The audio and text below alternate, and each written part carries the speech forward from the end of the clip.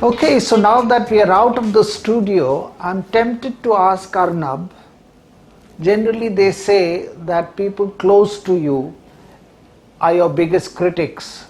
So, Arnab, what does your family think about your show? Well, Sam, my family is very supportive. I'm blessed, to have a family which is very, very supportive. My wife, my son, very supportive of the show. They do watch, and we discuss very often, but we don't take much of our work home. So I think they're happy. What is their biggest criticism of your show?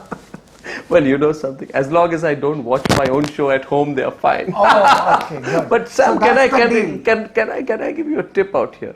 It's sometimes you have a good laugh if you watch the news hour on mute.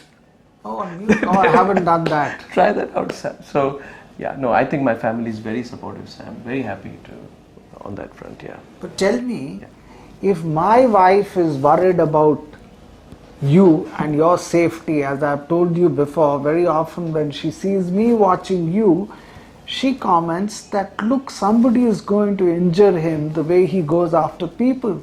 I should think your wife is almost always on pins and needles. What is he going to say?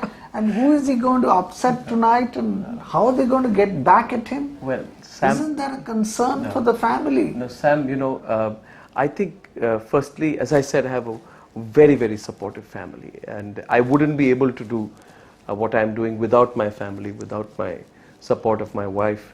But the point here is this, that what is our security blanket, Sam? I think our biggest security blanket, Sam, is in terms of the goodwill that we get among people. Sometimes we have 9 and 10-year-old children who come and meet us. And I feel so happy when they tell me, uncle, you did this on your show yesterday. I remember this last month. I watched this on YouTube.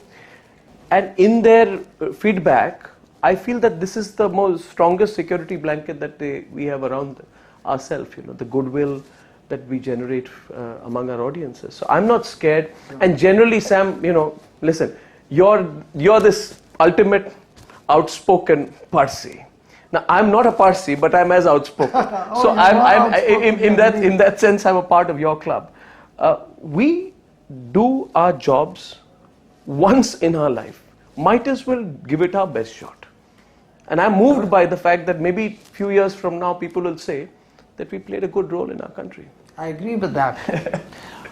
Well, we are in Arnab's ante-room, if I may call it that. Probably this is where he gets his guests to chill before they get into the grilling room. And I see some very interesting photographs here of people who Arnab has interviewed. Yeah. And Arnab, I'm sure you have chosen only these 10 photographs because these are interviews that you particularly cherish or like. Yeah. I see our good friend Rahul Gandhi there, whose interview was spoken about a lot for days on end. Yes, of course. So which one has been your favorite interview? Sam, let me pick up 3 for you, okay? So I think I love meeting Julian Assange, and that happened right at the time when WikiLeaks was big. It was before he went to the Ecuador embassy. And I was the only journalist then who was called into his farmhouse, and we had a long chat. And I told him, when I met him, I said, Julian, this is me, this is the show I do, this is the channel I do. And he said, don't worry, I know everything about you. And he took me to another room, and there were paper cuttings, Sam, of the scams that we had broken. He had made his own file on our work. Oh, wow. So I said, I'm most flattered today that you have full details of the work that we've done. So that is something that was it was a special moment for me. Okay, I think the other one which is a standout has been my interviews with Bal Thackeray, because I never agreed with him on anything. But he would insist that you have a glass of wine before you start the interview. That you have. That he had. I mean, if I were to have a glass of wine before the interview, then it wouldn't be. Maybe it would be a different experience altogether. But Bala Sahib Thackeray was an interesting personality. He was very concerned about how he looked, how he presented himself, his shades, how he sat. And I think in terms of creating a visual ambience around himself, he was a very interesting politician. Rahul Gandhi was interesting because that interview was never meant to go as viral as it became.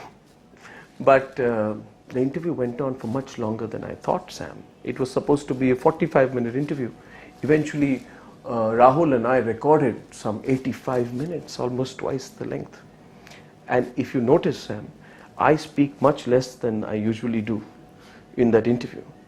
He was speaking more, so he was in a way unraveling himself. But repeating himself all the time. Yeah, repeating himself, trying to sound very sincere.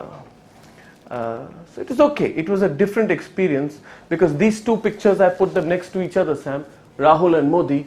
Rahul's interview happened in the third week of January 2014 when the campaign was just picking up and Dentsu hadn't yet picked up the contract to promote Rahul.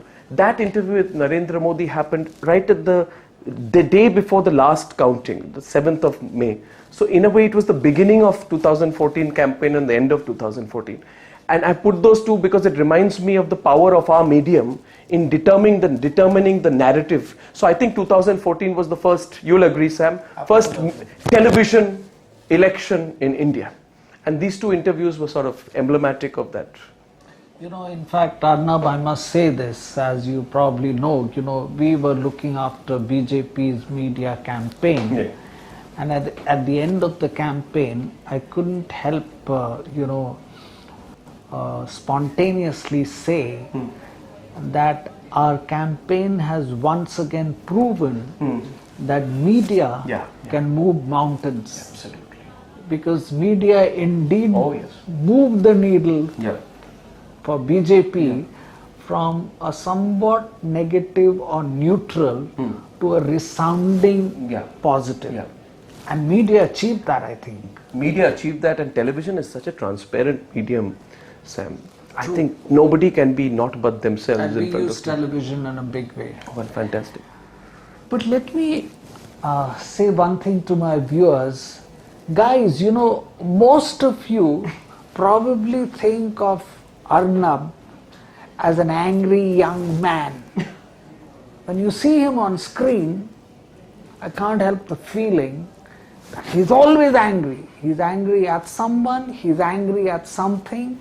Last night I saw him, my God, was he mad at one of his guests. Of course, it's another thing that his guest was equally mad at him. So it was wonderful to watch both of them. But you know something? Most of you don't know that otherwise the Arnab I know is a very gentle, soft, suave person. Thank and you, sir. I don't know how he manages these two personalities. No, I'm not a schizo. Let me tell you, Sam, it's basically okay. Now, umpteenth time I'm asking this question, answering this question. See, Sam, when I used to debate in school, I used to go up and debate. When you're debating on a subject. You are taking a position and you want your audience to respond to you.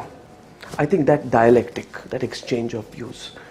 Sometimes, Sam, when I'm speaking in a crowd, like when we've been on events where I've spoken, you've been there, when there are 2,000 people watching you, you can make out that... And after Arnab speaks, there's a host of people who are making a beeline for him, to talk to him, to meet him, to shake his hands. I've never seen that happen. Sam, let me tell you, the audience is responding to you. Now, my only defense is this. Don't agree with me. Disagree with me. But give me your counterpoint. Right? If Sam Balsara and I are having this conversation, and I say, Sam, I think this is correct, A, you say A is completely wrong. I want to sit with you, Sam, and know from you why you think A is wrong. And that conversation is what excites me. I don't believe in this artificial consensus, Sam. And if television were to dumb itself down to an artificial consensus where two people who agree, it doesn't make sense. I think that's what's enjoyable. So I become that schoolboy almost every night. It's not like a different personality, but I love a professional debate, and I think that's the best thing about our democracy. That's wonderful. And our job. Okay, so now we're going to move to another interesting location which Arnab is going to take us. I want you in my newsroom. Wonderful. Because that's where we exist, live and breathe. So let's go there. Let's go.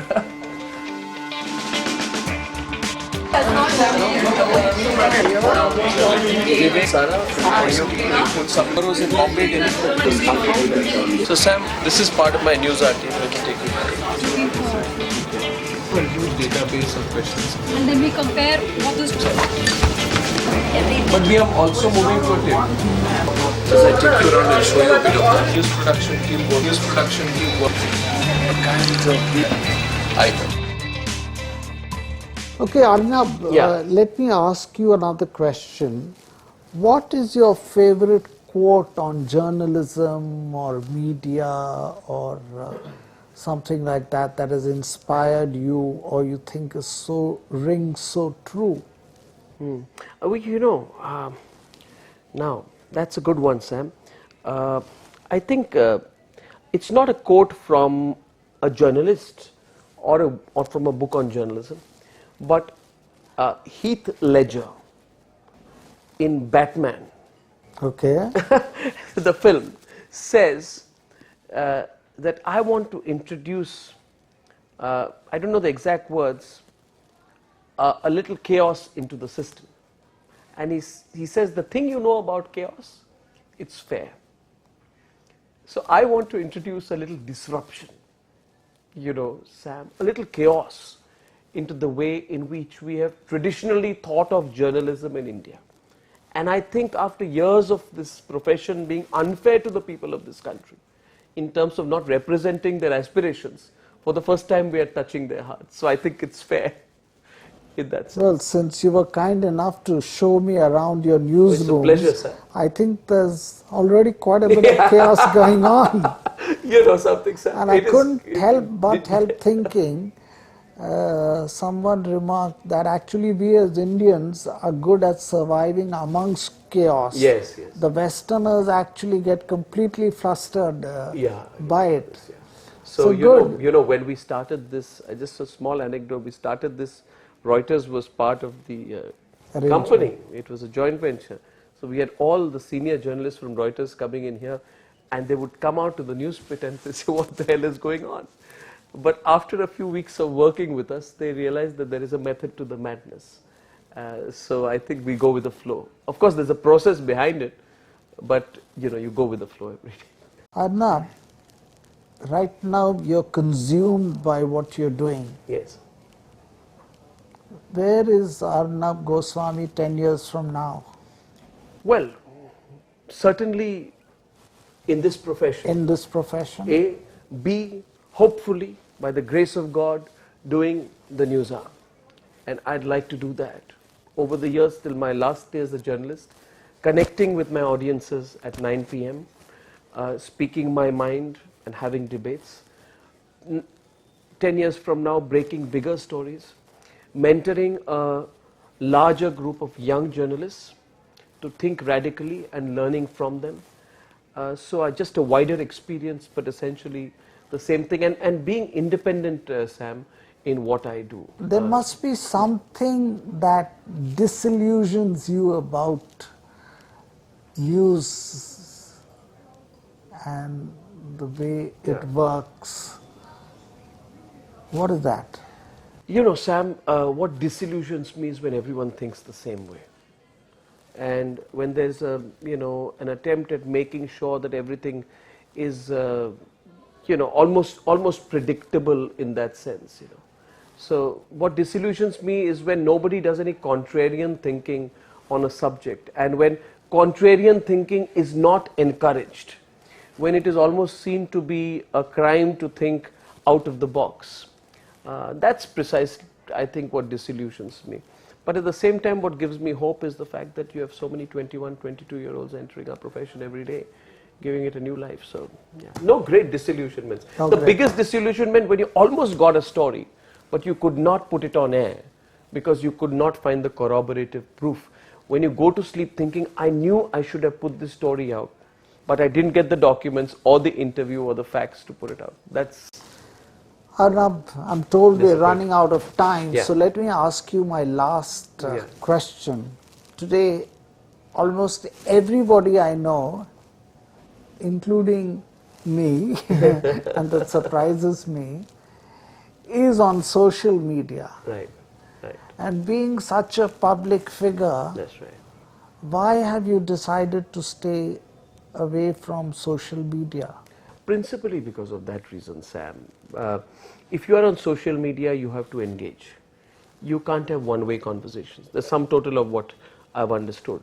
Now, if I as an individual go on social media, it would be unfair to all my followers if I were not to have a conversation with them.